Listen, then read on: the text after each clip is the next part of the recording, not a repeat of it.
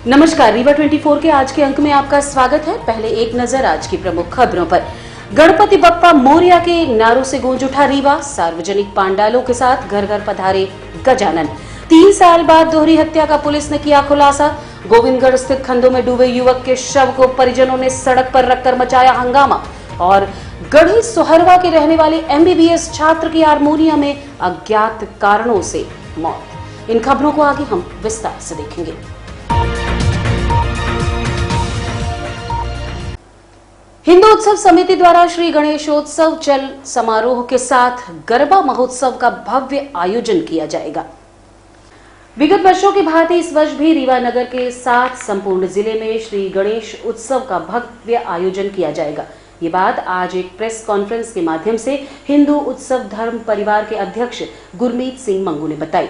उन्होंने कहा कि आकर्षक विद्युत सज्जा के साथ सैकड़ों श्री गणेश प्रतिमाएं नगर के साथ ग्रामीण अंचलों में स्थापित की गई हैं। विगत वर्षों की भांति इस वर्ष भी समिति द्वारा नगर में स्थापित गणेश प्रतिमाओं की सामूहिक विसर्जन शोभा यात्रा निकाली जाएगी तथा शोभा यात्रा में शामिल प्रतिमाओं को पुरस्कृत भी किया जाएगा। और नवरात्र के पर्व के अवसर पर 5 दिवसीय गरबा डांडिया महोत्सव का भव्य आयोजन 30 सितंबर से 4 अक्टूबर 2022 तक किया जाएगा। इसके लिए तैयारियां प्रारंभ कर दी गई हैं और लगभग 15 टीमों की स्वीकृति मिल चुकी है। और क्या कहा पत्रकार वार्ता के दौरान, आपको सुनवाते हैं। पिछले 25 वर्षों से रहा है, लेकिन पिछले 2 वर्ष 21 और 20 कोरोना के कारण सभी त्यौहार आम जनमानस के फीके पड़ गए। भगवान की कृपा फिर देश व शहर की जनता के ऊपर हुई है और इस बार वो त्यौहार जो 2 साल किसी कारणवश फीके पड़े थे, उसे उन 2 सालों की पूरी भरपाई करते हुए इसे इस साल और अति उत्साह से मनाने के लिए हिंदू उत्सव समिति के हमारे सभी साथी, सभी सदस्यगण संकल्पित हैं। और आपके बगैर, क्योंकि आप चौथा स्तंभ हैं, आप सभी हमारे पत्रकार साथी जोड़ने का काम करते हैं और जागरूकता पैदा करते हैं, और आपके बगैर हिंदू उत्सव समिति अधूरी सी दिखती है। तो आप सबसे भी आग्रह व निवेदन है कि इस बार हिंदू उत्सव समिति के द्वारा जो कार्यक्रम किए जा रहे हैं, गणेश उत्सव व गरबा महोत्सव में आपकी भागीदारी हो और साथ ही इस जिले के अंदर जो प्रेम की संस्कृति है, सबको भाईचारे की संस्कृति है, सबके सुख दुख में खड़े होने की संस्कृति है, उसको और हम अपनी युवा पीढ़ी की ओर बढ़ाएं, उसे ले जाएं। इस तात्पर्य में हम सब आपके साथ बैठे हुए हैं। कहाँ पे आयोजित होगा, कब से आयोजित होगा गरबा महोत्सव? गरबा महोत्सव 30 तारीख से 4 तारीख तक 5 दिन लगातार आयोजित होगा। स्थान का चयन अभी नहीं हुआ है। हिंदू उत्सव समिति जिले में एक बड़ा स्वरूप तैयार करने की तैयारी शुरू कर चुकी है, जिसका आपने भी 2 दिन पहले देखा होगा कि हमने हिंदू उत्सव समिति के वार्ड अध्यक्ष 12 वार्ड अध्यक्ष की घोषणा कर दी है और करीब और जो 30-32 वार्ड रह गए हैं उनकी घोषणा जल्द की जाएगी। इसके साथ ही जितनी नगर पंचायतें हैं, गुड़ नगर पंचायत, सिमरिया नगर पंचायत, नईगढ़, जितनी भी जिले के अंदर नगर पंचायतें हैं, उसमें हिंदू उत्सव समिति के हमारे नगर पंचायत अध्यक्ष बनाए जाएंगे। साथ ही हमने अपने युवा हिंदू उत्सव समिति के सदस्य युवा अध्यक्ष सुमित पांजवानी जी हैं, ये भी अपने वार्ड अध्यक्ष पूरे शहरों के अंदर बनाएंगे। इसको और आगे बढ़ाते हुए एक हिंदू उत्सव समिति धर्म परिवार महिला विंग का भी अध्यक्ष बनाने का निर्णय लिया है। उसकी भी घोषणा गरबा महोत्सव के पहले हम सब हिंदू उत्सव समिति के करने का प्रयास करेंगे। हिंदू उत्सव समिति सभी धार्मिक त्योहारों का आयोजन करना, समाज को जोड़ना और साथ ही साथ जो हमारे खेल, पुराने खेल थे जो विलुप्त हो गए हैं, उनको फिर से नए लोगों के बीच में लाना और बताना कि यह हमारी पुरानी संस्कृति थी, यह हमारे पुराने खेल थे जो आज बंद हो गए हैं। उन्हें लोगों के बीच में लाना और उन्हें प्रचारित करना, यह काम हमारे बीच में हिंदू उत्सव समिति के सारे साथी करेंगे। बाकी हमारे आदरणीय बगल में सुरेश बिश्नोई जी हैं, महासचिव हैं, उपाध्यक्ष हैं, आदरणीय सुनील अग्रवाल जी हैं, सुरेश राय जी हैं, सुमित पांडवानी जी हैं, रामसखा यादव जी हैं। हम सब मिलके शहर व जिले के अंदर हिंदू उत्सव समिति के माध्यम से जो भी बेहतर हो सकेगा और बेहतर करने का प्रयास करेंगे। हम एक नई और प्रयास करने जा रहे हैं कि ये जो त्यौहार के साथ साथ जो जयंती होती है सभी समाज सभी धर्म की, तुलसीदास जयंती, कबीरदास जयंती, भक्त सेन नाई जयंती, भक्त नामदेव जयंती, ये जितनी भी जयंतियाँ आएंगी उन सब में हिंदू उत्सव समिति धर्म परिवार उन सब का आयोजन कर उनके समाज के बीच में एक नई संस्कृति, एक नया प्रेम, एक नया वातावरण, प्रेम का वातावरण तैयार करने का प्रयास करेगा। आप सब ने हमें समय दिया, उसके लिए बहुत बहुत धन्यवाद। हमारे सुनील भाई, सुरेश भाई, बिश्नोई जी और सुमित भाई भी अपनी अपनी आपके बीच में बात रखेंगे। अंधी हत्या के 3 साल बाद डबल मर्डर का पुलिस ने किया खुलासा। 24 फरवरी 2019 को मऊगंज में अश्विनी कुमार मिश्र पिता स्वर्गीय मनमोहन मिश्र ने रिपोर्ट दर्ज कराई थी कि उनके दादा राममिलन मिश्र जो 95 वर्ष के थे एवं दादी श्रीमती जयंती मिश्र का अज्ञात व्यक्तियों द्वारा जीआई वायर से गला घोंटकर हत्या कर दी गई थी। विवेचना के दौरान पाया गया कि मृतक के पड़ोस में रहने वाले नूर मोहम्मद से जमीन को लेकर विवाद चल रहा था। इस संबंध में जांच की गई और नूर मोहम्मद फरार हो गया। पुलिस आरोपी पर लगातार नजर बनाए हुए थी, जिसमें कल यानी 30 अगस्त को नूर मोहम्मद पकड़ लिया गया और पूछताछ की गई तो वह गुमराह करता रहा, लेकिन बाद में अपना गुनाह कबूल कर लिया। घटना के संबंध में प्रेस वार्ता के माध्यम से पुलिस ने खुलासा करते हुए बताया। ड्राइव शुरू कर रखी थी। कुछ ऐसे केसेस कई बार रह जाते हैं जो अनसुलझे रहते हैं, तो उनमें जो हमारे एडिशनल एसपी और डीएसपी हैं, ये दोनों लोग बैठकर पुराने केसेस में एक बार स्पॉट विजिट कर रहे हैं, एक बार उसका पुनः परीक्षण कर रहे हैं, जिससे कोई बिखरे तंतु उससे हम जोड़ सकें और उन लिंक को स्थापित करके अपराध ट्रेस कर सकें। इसी क्रम में आज दूसरा घटनाक्रम हम लोगों ने ट्रेस किया है। 2019 में एक वृद्ध दंपत्ति की हत्या करके फरार हुए आरोपी को इस टीम ने पकड़ा है। आरोपी का नाम नूर मोहम्मद है। इसने 95 वर्षीय वृद्ध और उनकी धर्मपत्नी की हत्या 2019 में की थी, तब से फरार था। बीच में पिछले 2-3 महीनों में हम लोगों ने लगातार इसका नया पता, एड्रेस और नया इसके ठिकाने पर प्रयास किए, तो अंत में टीम को सफलता मिली और इससे पूछताछ की गई। इसको अरेस्ट कर लिया गया है। अभी इन्वेस्टिगेशन हमारा प्रक्रिया में है और इसमें भी और कोई व्यक्ति शामिल था या अन्य कोई पॉइंट आता है तो वो लोग हम आपको शेयर करेंगे। अभी जो इन्वेस्टिगेशन में यहाँ तक जो पता पड़ा है कि नूर मोहम्मद ने अपने एक ज़मीनी विवाद के चलते इनकी हत्या की थी और क्योंकि वो बुजुर्ग व्यक्ति की हत्या कर चुका था और पत्नी उसकी तस्वीर साक्षी थी, तो अपना साक्ष्य मिटाने, अपना अपराध छुपाने के लिए उसने उनकी पत्नी की भी हत्या की है, ऐसा अभी हमको आरोपी ने बताया है। तो हम लोग अभी इसको और क्रॉस चेक कर रहे हैं और तस्दीक कर रहे हैं। कोई नया इसमें पॉइंट जब भी आएगा आप लोगों से शेयर करेंगे। अभी तक तो ये अचीवमेंट है और हमने इस अपराध जो पेंडिंग था इसको लेके 10,000 का रिवार्ड भी डिक्लेयर कर रखा था, तो ये पूरी टीम इस रिवार्ड की हकदार रहेगी। और जो हमारे गस्टर ऑफिसर हैं, डीएसपी साहब और एडिशनल एसपी साहब, इनको हम अपने एडी सर से रिक्वेस्ट करेंगे प्रशंसा पत्र के लिए। तो ये आपके सामने पूरा मैटर अभी इतना क्लियर। गणपति बप्पा मोरया के नारों से गूंज उठा रीवा। सार्वजनिक पंडालों के साथ घर घर पधारी गजानन। गणेश चतुर्थी व्रत को लेकर शहर में अच्छा खासा उत्साह है। आज पूरे दिन लोग गणेश प्रतिमाओं को लेकर गणपति बप्पा मोरया के नारे लगाते दिखे। चारों तरफ गाड़ियों में भगवान गणेश की बड़ी बड़ी मूर्तियां लाई जा रही थी। वहीं अपनी आर्थिक स्थिति के अनुरूप लोगों ने छोटी मूर्तियां भी खरीद रखी थी। ढोल नगाड़ों के साथ साथ कहीं कहीं डीजे के कानफोड़ू स्वर भी सुनाई दे रहे थे। बहरहाल आस्था और भक्ति के सामने सब कुछ फीका पड़ जाता है, क्योंकि भगवान गणेश की कृपा सब पर एक बराबर होती है। Rewa 24 news city cable network परिवार की ओर से आप सभी को गणेश चतुर्थी की हार्दिक बधाई।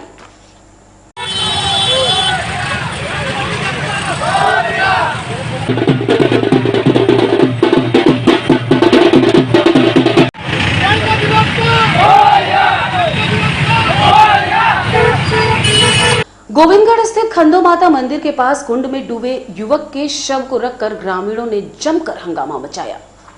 बताया जा रहा है कि गोविंदगढ़ के पास खंडो माता का मंदिर है, वहां पर एक झरना है जहां पर अक्सर लोग नहाने जाते हैं। झरना इतना खतरनाक है कि अगर एक बार कोई पानी में फंस गया तो फिर बचकर लौटना संभव नहीं है। कल सतना से आए हुए कुछ युवक उसी झरने में नहा रहे थे, क्योंकि इस समय बरसात है और पानी भी ज्यादा है। प्रशासन द्वारा वहां पर बोर्ड भी लगाए हुए हैं, लेकिन लोग मानते कहां हैं और अकारण ही काल के गाल में समा जाते हैं। साल में 1-2 घटनाएं होती ही हैं, लेकिन न तो स्थानीय लोग ध्यान देते हैं और न प्रशासन द्वारा वहां कोई व्यवस्था कराई जाती है। जब कोई बड़ी दुर्घटना घट जाती है तो फिर हंगामा और पछतावे के अलावा कुछ नहीं बचता। ऐसा ही एक मामला सामने आया है, जहां बीती शाम एक युवक झरने में डूब गया था। एनडीआरएफ की टीम, पुलिस और स्थानीय लोगों द्वारा किसी तरह से शव को बाहर निकाला गया। उसके बाद स्थानीय लोग सहित परिजनों ने हंगामा कर दिया। बताया जा रहा है कि गुस्साए लोगों ने पुलिस के साथ मारपीट करने की कोशिश भी की और गाड़ी की चाबी भी छुड़ा ले गए। घटना के संबंध में पुलिस ने हमें बताया। कल एक बच्चा जो है गोविंदगढ़ में खंडो जो माता हैं उनके पास में जो एक प्रपात है, उसी प्रपात में अंदर चला गया था और उसकी डेड बॉडी नहीं मिल पाई थी। परिजन लोग और पुलिस सभी लोग इसकी तलाश कर रहे थे। स्थानीय आदमी जो गोताखोर हैं उनको भी बुलाया गया था। जो हमारे पास एसडीआरएफ है उस टीम के भी लोग गए थे, होमगार्ड से भी जो है वहाँ पहुँचे थे, लेकिन वहाँ पहाड़ी बरसाती पानी का कटाव होता है और काफ़ी अंदर गहरा जो है पत्थरों के बीच में जगह होती है, उसमें बच्चा कहीं फंस गया था, इसलिए वो नहीं निकल पाया था उसकी बॉडी। आज जो है प्रयास करने के बाद बॉडी निकाली गई है। तो कुछ लोग जो है वहाँ पे अपनी मांगों को लेकर के वहाँ अपने बच्चे की लाश रख करके कुछ मांग कर रहे थे। उनकी मांग की पूर्ति जो है की गई। उनका 10,000 रुपये की आवश्यकता थी अंतिम संस्कार के लिए, जो दिलाया गया उनको। और डेड बॉडी के लिए जो वाहन था सतना ले जाने के लिए, वो वाहन करा गया और वो बॉडी अंतिम संस्कार के लिए अपने साथ ले गए। परिजन का नाम क्यों किया? परिजन का कहना था कि उसमें हमको अंतिम संस्कार के लिए दिया जाए और डेड बॉडी जो है बहुत देर बाद निकली है, ऐसा एक हुआ। क्योंकि ये प्राकृतिक आपदा है और इसमें जो बेहतर हमारे संसाधन हैं उन सभी संसाधनों का उपयोग किया गया था। इस समय पानी भी गिर रहा, पहाड़ी कटाव है, पहाड़ से पानी भी आता है, उस पानी का वेग भी बहुत है। तो जो लोग बचाव दल भी था वो अपनी सुरक्षा के साथ में वहाँ अंदर गया था। प्रयास पूरे किए गए हैं। अब असंतोष तो रहता ही है, उनको संतुष्ट किया गया, उनको बताया गया और वो साथ में ही थे पूरे समय। पुलिस और एसडीआरएफ जो है साथ रही है। आज भी सुबह से जो है दिन निकलने के बाद लगातार प्रयास किया गया और तभी वो बच्चा मिल पाया।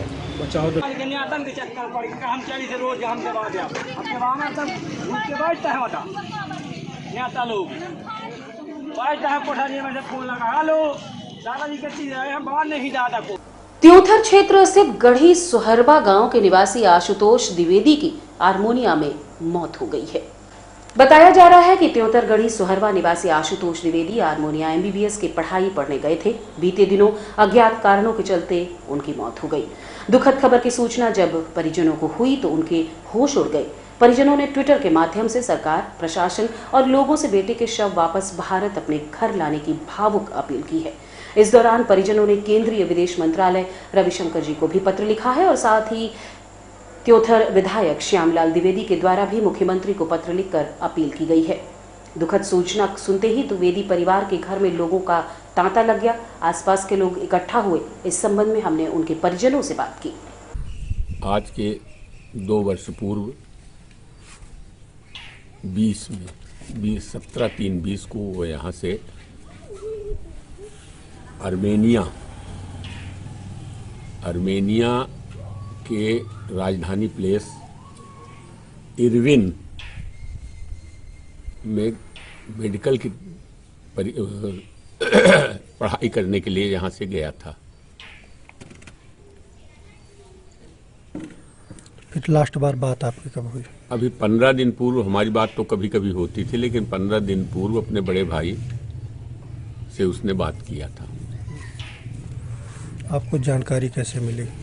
हमको, हमारा एक भांजा है विनीत मिश्रा, उसके पास एक वहीं से टेलीफोन आया। किसका आया ये तो हम नहीं बता सकते, लेकिन उसने ये बताया कि उसका मर्डर हो गया है और आप लोग अपनी तैयारी करें और व्यवस्था बनाएं उसको ले आने की, या अन्य व्यवस्था जो कर सकते हो वो करें। क्या पढ़ाई कर रहा था बालक? बालक वहाँ मेडिकल की पढ़ाई कर रहा था, MBBS की। कौन सा ईयर था? अब 2 वर्ष पहले हमारे अंदाज से उसका 5वां सेमेस्टर रहा होगा। शासन प्रशासन ने अभी तक क्या मदद की? शासन प्रशासन, हमारे यहाँ के आदरणीय विधायक जी ने भी पत्र लिखा है माननीय मुख्यमंत्री जी को। उन्होंने मेरे सामने यहाँ के चीफ सेक्रेटरी साहब से बात किया, मुख्यमंत्री जी से बात नहीं हो पाई थी। आदरणीय सांसद जी ने भी यहाँ से पत्र लिखा है वहाँ के लिए, सेंट्रल मंत्रालय के लिए, विदेश मंत्रालय के लिए, विदेश मंत्री जो राज्य मंत्री हैं उनके यहाँ, और ये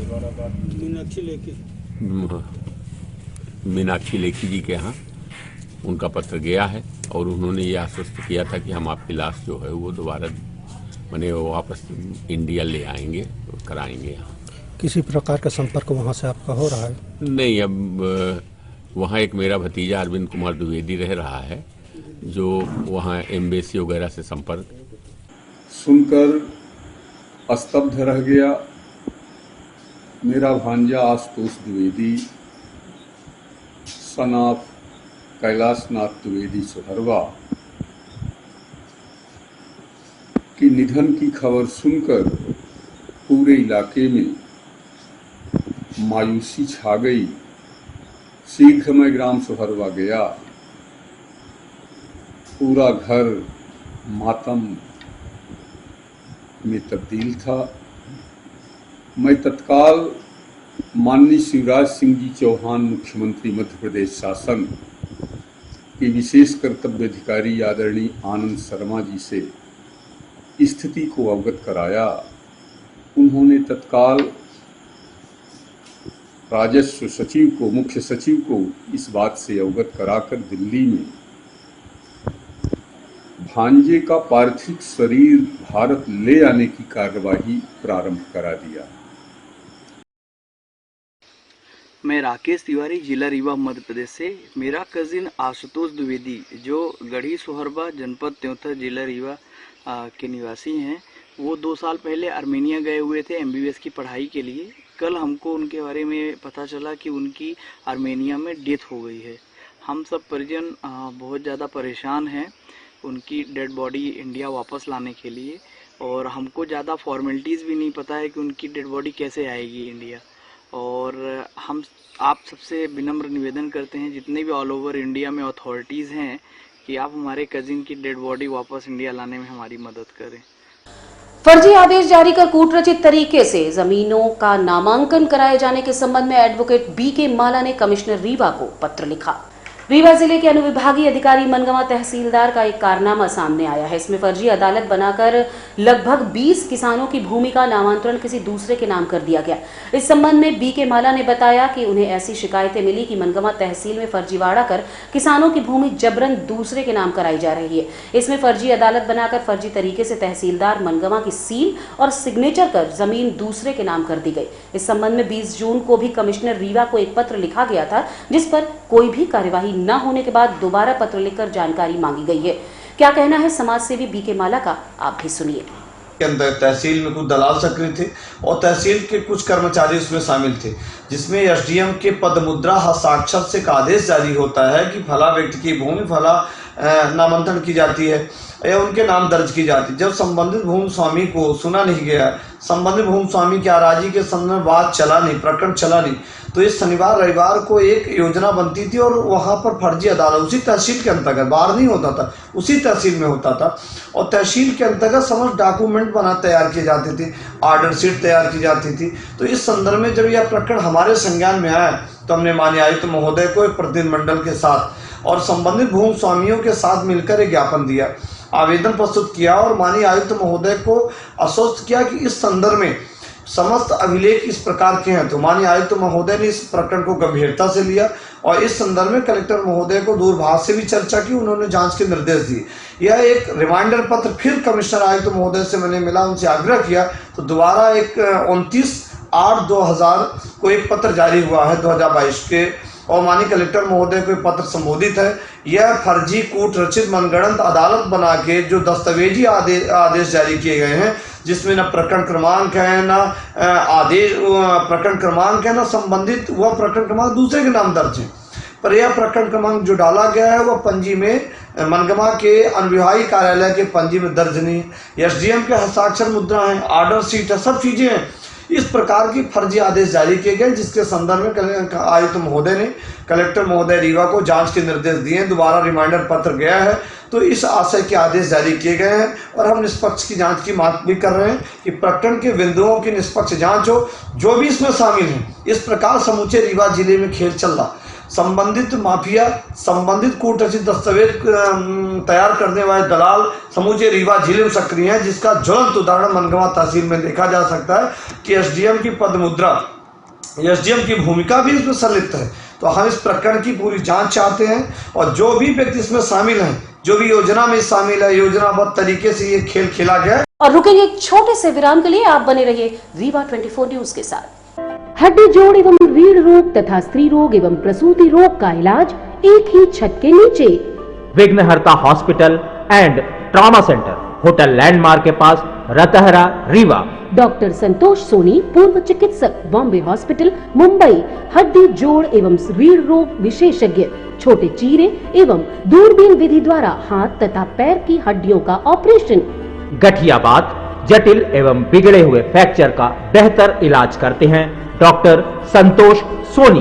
विघ्नहर्ता हॉस्पिटल ट्रामा सेंटर में ही स्त्री एवं प्रसूत रोग विशेषज्ञ डॉक्टर शैलजा सोनी भी उपलब्ध हैं, जिनकी देखरेख में नॉर्मल डिलीवरी, सिजेरियन ऑपरेशन एवं बच्चेदानी से संबंधित ऑपरेशन की बेहतर सुविधा। संतानहीन दंपत्ति तत्काल संपर्क करें। विघ्नहर्ता hospital and trauma centre, hotel landmark के पास, रतहरा, रीवा। सुविधाजनक एवं सफल इलाज हेतु आज ही संपर्क करें। विघ्नहर्ता hospital and trauma centre, hotel landmark के पास, रतहरा, रीवा। मोबाइल नंबर 7828781983 अथवा 8462956774 पर। हर्षोल्लास से मनाया गया हरतालिका व्रत यानी तीज का पवित्र त्योहार। हिंदू धर्म में यूं तो साल भर अनेक त्योहार मनाए जाते हैं और इन सब में सबसे ज्यादा सहभागिता महिलाओं की होती है। महिलाओं द्वारा अनेकों व्रत त्योहार पूरे आस्था और विश्वास से मनाया जाता है। इनमें सबसे अधिक महत्व हरतालिका व्रत यानी तीज, जिसे अपने बघेलखंड में तीजा भी कहते हैं, का है। इस दिन भगवान शिव और माता पार्वती की पूजा की जाती है, फुलेहरा बनाया जाता है, आसपास की महिलाएं इकट्ठा होती हैं, फिर गीत संगीत के साथ पूरी आस्था और प्रेम से सराबोर इस त्योहार को मनाया जाता है। बघेलखंड की बात करें तो यहाँ की महिलाएं व्रत के एक दिन पहले रात में कंजी की मुखारी करती हैं, फिर सुबह उठकर एक बार फिर कंजी की मुखारी होती है। उसके बाद पूरा दिन ना कुछ खाती हैं ना पीती हैं। इसे निर्जला व्रत भी कहा जाता है। फिर दूसरे दिन रात में भगवान शिव और माता पार्वती की मूर्ति के चारों ओर फुलेहरा बनाकर पूजन, हवन आदि शास्त्रीय विधि से किया जाता है। सारी रात महिलाएं भजन आदि गाकर उत्सव मनाती हैं। फिर सुबह 4 बजे चुपचाप स्नान करती हैं, जिसे मौनी स्नान भी कहते हैं। उसके बाद पूजन आदि करके प्रसाद ग्रहण किया जाता है। अलग अलग स्थानों में इस पर थोड़ा बहुत हेरफेर हो सकता है, लेकिन महिलाओं द्वारा इस व्रत को करने का उद्देश्य सिर्फ एक ही है, वो है अपने पति की लंबी आयु और परिवार की सुख समृद्धि। इस संबंध में हमने शहर के कुछ नागरिकों से बात की। अच्छी जिंदगी मिले, पति यही चाहेंगे, भाई लोग सब लोग यही चाहते हैं कि जो इस जन्म में अच्छी जिंदगी मिले, बेहतर पति मिले, साथ जन्म का साथ रहे। कितने साल से आप कर रही हैं? 40 साल। और पति के साथ कितने वर्षों से कर रहे हैं? पति के साथ 40 साल से, वैसे तो हम बचपन से कर रहे हैं, शुरू से। नहीं, मेरे साथ 98 से 25 साल हो गए। 25 साल 25 साल से 98 चालू किए। कब से ये व्रत रहे हैं? ये मैं करीब 25 साल हो गए मुझको, मैं 98 से कंटिन्यू 98 से हाँ हाँ कंटिन्यू कभी भी माने फेल नहीं हुआ। क्या कारण हुआ तकने? कारण हो गया विशेष रखती हैं तो मैं भी रखता हूँ, भगवान करे उनकी जो भी इच्छा हो पूरी हो, ये मेरा उद्देश्य है। जो भी उनकी तमन्ना हो वो मेरी तरफ से। इसलिए उपास करते हैं। तीज शादी के पहले तो ईश्वर के लिए और अब ऑब्वियस सी बात है अपने हस्बैंड के लिए। आपके पिताजी भी और मम्मी एक साथ पूजा करते हैं, ये कब से कर रहे हैं? मुझे लगता है जब से मैं जानने लायक हुई हूँ, जब से यहाँ बड़ी हुई और मम्मी ने तीज रखा, जब से तीज के महत्व के बारे में जाना तब से पापा और मम्मी के साथ रह रहे हैं बराबर से। उनका ये मानना है कि मतलब अगर वाइफ हमारे लिए पूरे दिन बिना खाए रह सकती है तो हमें भी उनके लिए उतना ही बराबरी का योगदान देना चाहिए, इसलिए पापा भी रहते हैं। पापा का नाम क्या है? श्री शंकर लाल सोनी। और मम्मी की? श्रीमती उषा सोनी।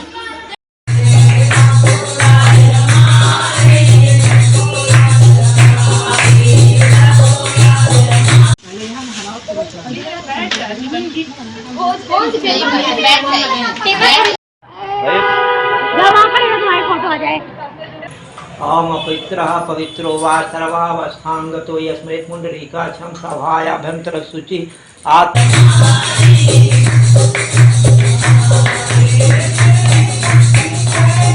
आज की खबरों में बस इतना ही। नई खबरों के साथ कल होंगे पुनः उपस्थित। अब दीजिए इजाजत, नमस्कार।